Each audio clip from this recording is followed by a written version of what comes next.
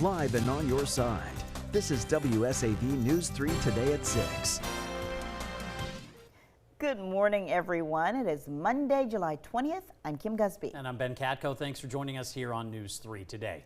Our top story this morning, police are still trying to track down a suspect connected to a deadly shooting in Chatham County. Officers were called to Bradford Court not far from Lake Mare around 9 o'clock Saturday night for reports of a shooting. When officers arrived, they say they found a 17-year-old and an 18-year-old who were shot. We're told both of the victims were taken to the hospital where the 18-year-old died. So far, no one has been arrested. Police are asking anyone with information to call Crime Stoppers anonymously. That number 912-234-2020. Also making news, a local family has some sense of closure as they deal with a sudden loss on Tybee Island. The family of Dominic Dasher, a boat captain from Port Royal whose boat overturned, causing him to drown, walked in honor of his life on Sunday.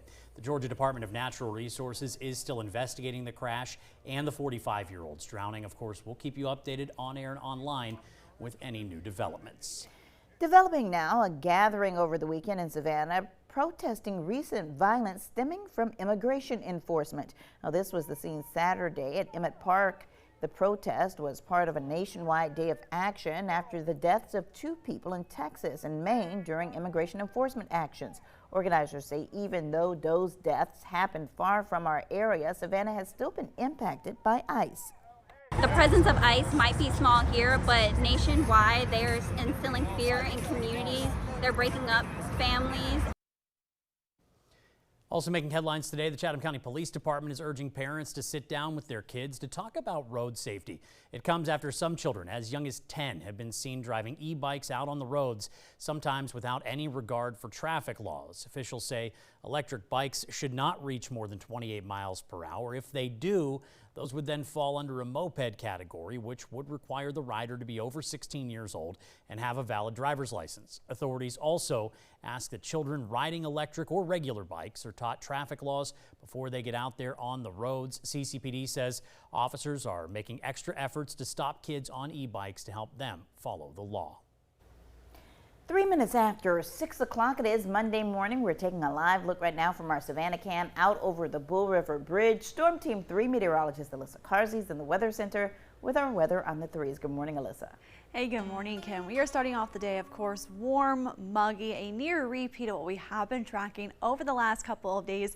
And really here locally, we're not seeing too much of a change in our weather pattern. That area of high pressure that's kept us dry will also continue to drive the tropics away from us. So this tropical depression, too, that formed yesterday afternoon in the Gulf will continue to make its way westward away from the coastal empire and low country throughout the rest of this week.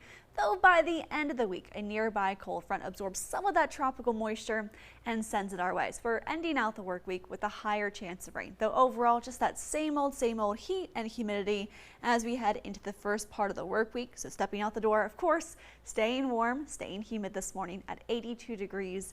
For that current temperature across Hilton Head, 79 degrees in Richmond Hill and 81 degrees for that current temperature in Darien. As we head throughout the rest of today, still tracking that low chance of rain. Can't completely get rid of it this time of year, so 1 or 2 areas will be lucky enough to cool down thanks to the rain. Otherwise, still tracking that same old heat with our high temperatures in the mid-90s. So coming up in just around 10 minutes, we'll talk about the tropics and, of course, talk about that chance of rain that increases by the weekend. Thank you, Alyssa. Happening today, drivers will see some road closures around the airport in Pooler. The railroad crossings at Bourne Avenue and Dean Forest and Gulfstream Road will be closed for maintenance work. You can expect traffic impacts until this Wednesday. Now, if you're driving in that area or headed to the airport, you should leave yourself some extra time for travel. New this morning, AAA says Georgia drivers are once again seeing higher prices at the gas pump today. Right now, the current average throughout the state is $3.77. That's a 20-cent increase from last week. The most expensive places are Hinesville, Savannah, and Macon. If you happen to be here in Savannah today and you're filling up, your average today, $3.86. And in South Carolina, you're also seeing a spike in those prices today. The current average, $3.68. That's up 9 cents from last week. The most expensive places right now, Beaufort and Hampton and Allendale counties. Happening now, a South Georgia treasure could soon earn one of the highest honors in the world. Members of the UNESCO World Heritage Committee are expected to vote this week to decide if the Okefenokee National Wildlife Refuge should receive World Heritage status. WSAV's Genevieve Lund live in our newsroom with more on the designation and what it actually means. Genevieve, good morning. Good morning. The Okefenokee has been waiting more than 4 decades for this. The refuge was first identified as a potential World Heritage Site back in 1982. And now, more than 44 years later, it's closer than ever to receiving one of UNESCO's highest honors, alongside many of the world's most recognizable landmarks as well. Now, the UNESCO World Heritage Committee is currently meeting in South Korea through July 29th, with a vote on the Okefenokee's nomination expected during the session. The 407,000-acre refuge is the largest blackwater swamp in North America, home to thousands of plant and animal species, and one of the world's most important subtropical peatlands, which stores millions of tons of carbon. Officials say the designation could boost international tourism, bringing more visitors and more attention to one of the state's most unique natural landscapes. Okefenokee is truly one of one, a vast landscape that is filled with alligators, bald cypress forests, pine islands, and black bears. Unlike other wetland ecosystems, this place hasn't been affected by human meddling. The World Heritage status is reserved for places considered to have outstanding universal value to humanity. If approved, the Okefenokee would join 26 other U.S. sites, which includes Yellowstone, the Grand Canyon, and Everglades National Park. Now, the vote is expected to happen sometime this week when the session is working around the clock here. And if approved, the refuge would become Georgia's first UNESCO World Heritage Site. Reporting here in the newsroom, back to you guys. Thank you, Genevieve. New this morning, students across our area will soon head back to class, and thanks to you, they have the tools they need to start the year off right. This was a scene in Camp Park on Savannah's West Side Sunday for the Ready, Set, Go Back to School Party in the Park. All month long, we've been collecting your donations to make sure students are prepared as the new school year begins.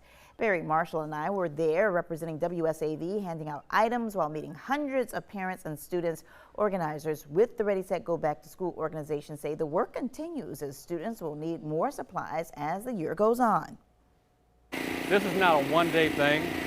On our website and on Facebook, where you can actually reach out, and then we can give school supplies if you need it throughout the year. But sometime early next year, around February, we have what's called a repack the bag. And those, when you run out of supplies, you can come back again. We have another location where you can pick up and then repack your bag. And we'd like to thank everyone who donated to this year's campaign. Thank you. Hilton Head's very own Wimbledon champion is getting ready for a special homecoming celebration later today. 13-year-old Isha Manchala won the girls' 14 and under title at the 2026 Wimbledon Championship. This afternoon, the town of Hilton Head will celebrate their tennis champ with a special event. It's happening from 4 to 6 at the Palmetto Hall Clubhouse. We'll be there as we celebrate Isha and her incredible achievement.